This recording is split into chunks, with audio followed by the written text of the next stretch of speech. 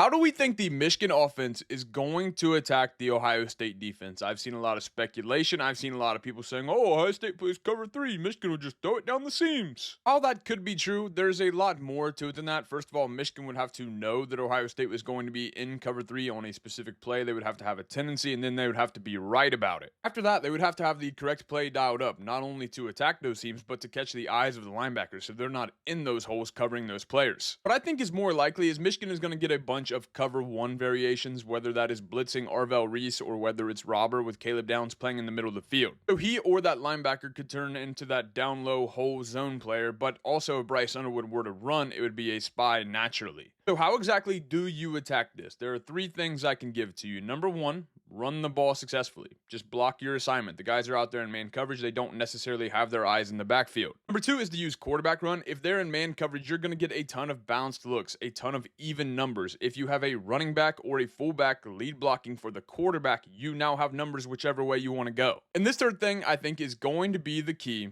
to winning this game if you're Michigan.